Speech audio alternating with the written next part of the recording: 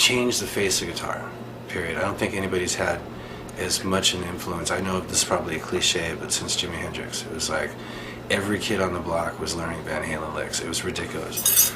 And as far as for me, it was in between all the technical prowess that Eddie had, there was a killer blues thing, which everybody that emulated it, but nobody ever got it. Nobody ever got that part. They had the hammer-ons, they had the tremolo bar stuff, and all that kind of crap. But they never got the most important thing, was all the really tasty stuff that was in between, and just like some of the melodic stuff where the soul was coming from.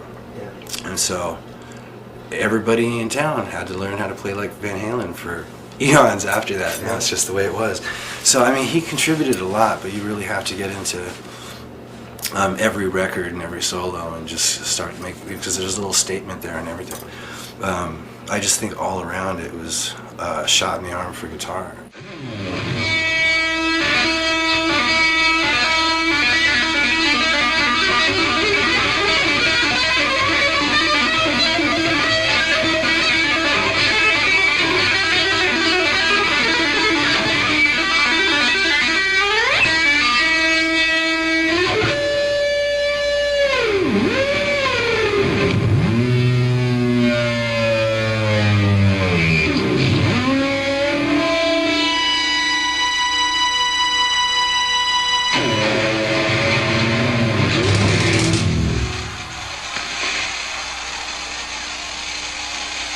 It was just beyond mind-blowing. I mean, you know, just hearing like going, and especially the tap, I go, that can't be a guitar. What is that? You know, and then, you know, now, you know, and you hear the phase 90 on it now, and you know, the effects and the delay and everything, just the whole 9 yards. It was just like beyond mind-blowing.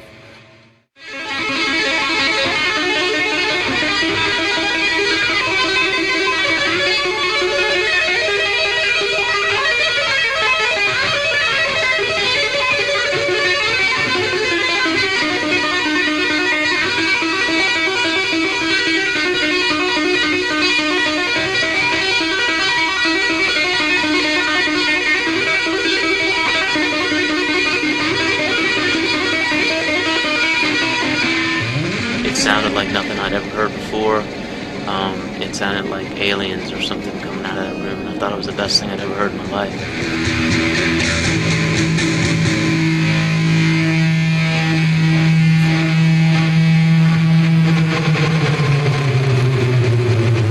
I think sound is as important as if you want it to be reproduced to enhance what you're playing, you know, it has to sound a certain way.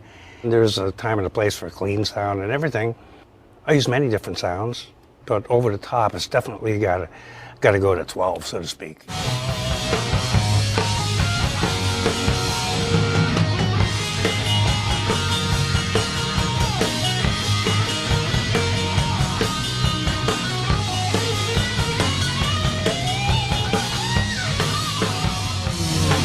I like it to sound like it's basically dying, and then back it off a tad. Right.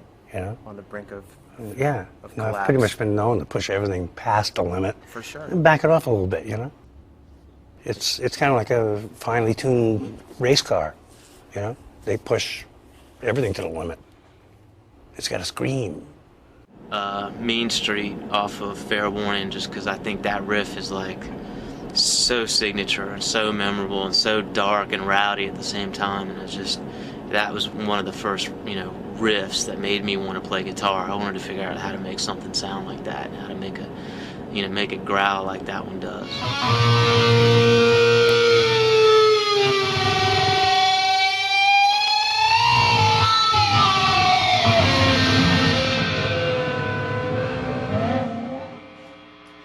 I'm probably the only one back then that would just take everything on the amp and turn full blast up. I remember when we played clubs, because, you know, I had that approach to my playing since about 74, you know, with the old amps I used to use. I turned them all the way up. People would tell me, you can't use them like that. I go, really? Watch this. You know, there are little tricks that I did to keep it from blowing, but, you know, all kinds of guitarists used to come and snoop around and see what the hell I was doing. But it was pretty basic, really. It was just turn all the way up. I still don't think people really do it the same way I do. You know, because I never ever used a stomp box to boost the signal. I never had a distortion pedal or anything. I always got, you know, the sound starts in your fingers, you know? So obviously I had to build my own guitar to convey what I was playing, and from there out of the cable into an amp head that would convey what the guitar is sending out, you know? So it's really kind of a chain thing. Yeah. You know, but bottom line, it starts with your ear. You know, if you had no concept of tone, then, you know, out comes bleh. As far as rock guitar goes, to me, it's just Jimi Hendrix, Jimmy Page, and then Eddie. You know what I mean? And I mean, when Eddie came out, it just bam. You know, I mean, just like he didn't knock the door down; he just completely destroyed it.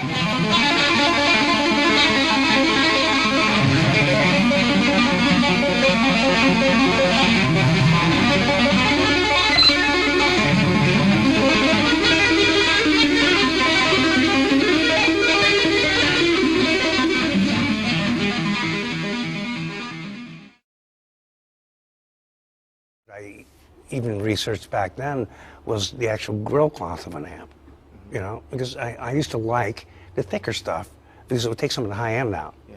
You know? It rolls off. Yeah, in the old club days, I used to take that stuff that you tack on the wall in a recording studio, that Foamy stuff. egg carton crate. kind of foam Yeah. stuff. I used to have a slab of that, and I would duct tape it to the front of my cabinet because I felt bad for the people sitting right down front, you know, sitting there sipping their Loud. their little Mai Tai or whatever the hell, with the cabinet sitting about 3 feet away from their head. Yeah, sounds kind to them.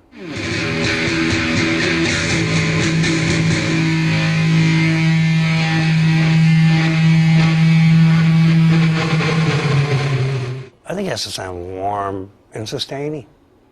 So along comes Ed Van Halen and puts his hands on a guitar and absolutely transforms it into something that no one knew you could do it that way.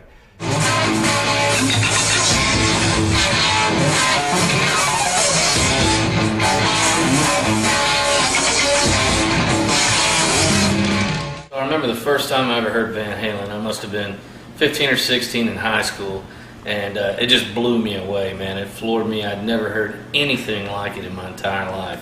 And me and Dime had just started playing, and it was in the early stages of Pantera, and Van Halen was a huge influence on us. In particular, Eddie and Alex, you know, they were just kind of what me and Dime mirrored ourselves after.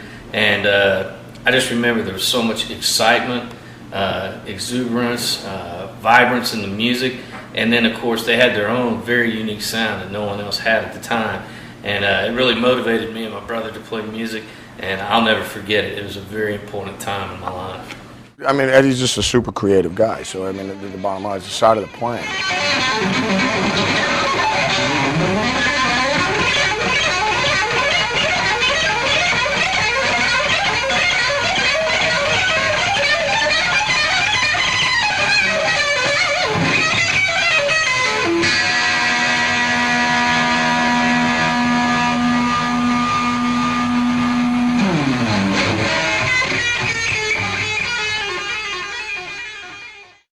What I learned from this experience was basically how Ed got his sound and how much the amplifier really did play a role in that. And I was a little bit surprised by that. I mean, I'd known about how he had gone about things just by what I had read, you know, being informed, things like that, but I had no idea how much of the impact. And so that was probably the biggest thing I took out of this experience as far as approaching amplifier design.